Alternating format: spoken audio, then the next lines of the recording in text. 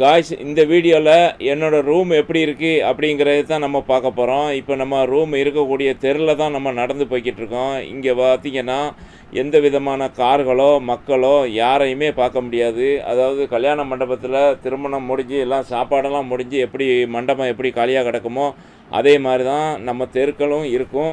எப்போவுமே இதே மாதிரி தான் இருக்கும். ஆட்களை பார்க்க முடியாது, கார்களை பார்க்க முடியாது. எப்போது ஒன்று ரெண்டு அங்கேயும் இங்கேயும் போயிட்டு வரும். ஆனால் எல்லா வீட்லேயும் ஆட்கள் இருக்காங்க. வீட்டை விட்டு வெளியே இறங்கி வருவாங்க, வந்து காரில் ஏறிட்டு அப்படியே போயிடுவாங்க.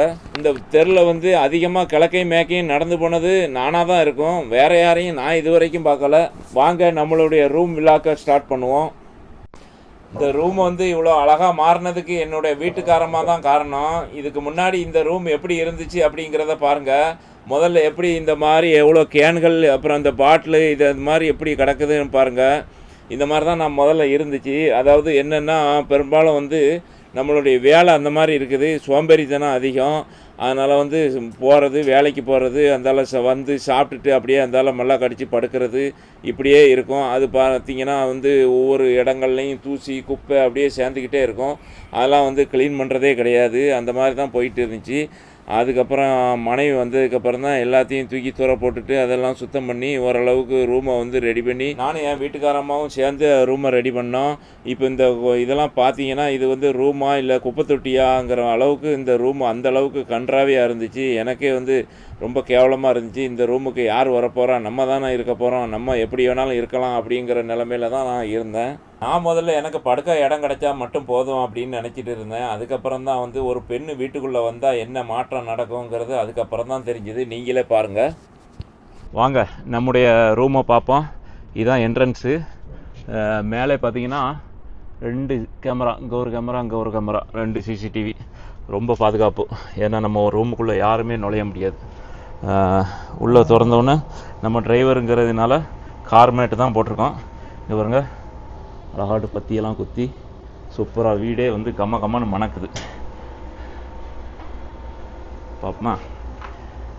தண்ணி குடிக்கிறதுக்கு தண்ணி பாட்டிலு அப்பப்போ, அதுக்கப்புறம் ஒரு துணி போட்டு வைக்கிறதுக்கு ஒரு கப்போர்டு, அப்புறம் ஒரு சின்னதாக அழகான ஃப்ரிட்ஜு, அப்புறம் ஒரு ஏசி இருக்குது. ஏசி இது ஓப்பனாக இருக்கிறதுனால ஃப்ரண்டில் பூரா டக்கு டக்குன்னு டஸ்ட்டு பிடிக்கும். இதுதான் நம்மளுடைய பெட்டு. இது ஏற்கனவே 2 கட்டில் இங்கே ரூம்லேயே இருந்துச்சு. அதனால் நம்ம ஒய்ஃபை கூப்பிட்டு வந்ததுனால இடம் பிரச்சனை இல்லை. ரூமுமே நல்ல விசாலமாக இருக்கும். இந்த பக்கம் உங்களுக்கு பாத்ரூம் போகிறதுக்கு உண்டான வழி. அதுக்கப்புறம் இதுதான் நம்மளுடைய கிச்சன். இந்த பக்கம் பெட்ரூம், இந்த பக்கம் கிச்சன்.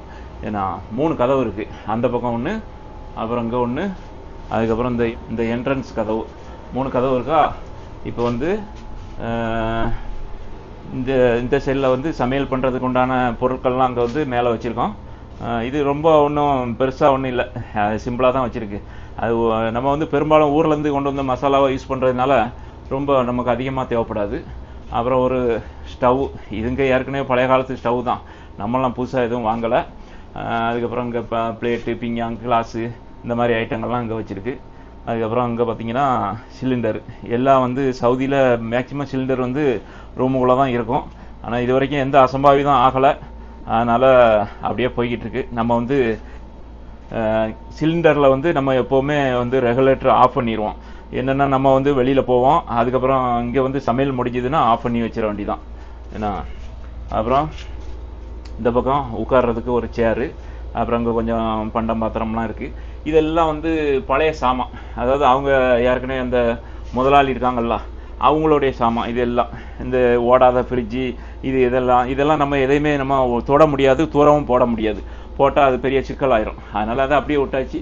அப்புறம் இந்த சைடில் பார்த்தீங்கன்னா இது என்னதுன்னா, ஆக்சுவலாக இது முன்னாடி சவுதிக்காரங்க இதில் ஃபுல்லாக பெட்டு, சோபா, கார்பெட்டு எல்லாம் போட்டு நல்லா ஜம்முன்னு உட்காந்து காவா சாய், அதாவது டீ காஃபிலாம் குடிச்சிட்டு நல்லா உரையாடுறதுக்கு உண்டான இது.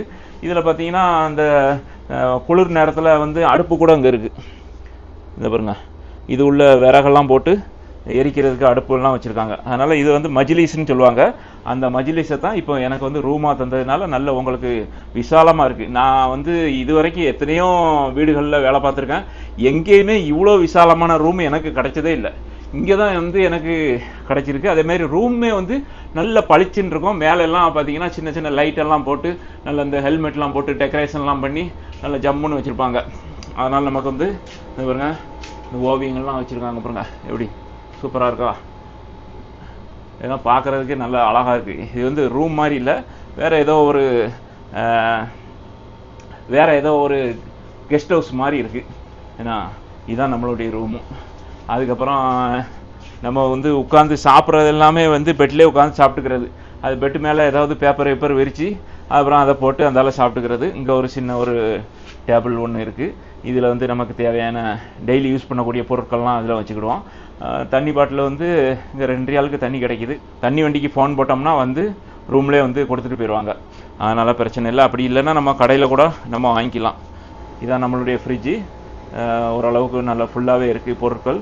உள்ளே ஏதோ உள்ளேயும் அந்த குழம்பு ஏதோ இருக்குது போல் இருக்குது சட்டியில். ஏன்னா சாக்லேட்டு அது இது ஏகப்பட்ட ஐட்டம் இருக்குது. ஓகே நண்பர்களே, இந்த ரூம் வீடியோ உங்களுக்கு பிடிச்சிருந்தா நீங்கள் வந்து நம்முடைய சேனலுக்கு சப்ஸ்கிரைப் பண்ணிவிட்டு அப்படியே பெல் பட்டன் அமைக்கி இல்லை ஆளுங்கிற பட்டனை கொடுங்க. அதுக்கப்புறம் உங்கள் நண்பர்களுக்கும் ஷேர் பண்ணுங்கள்.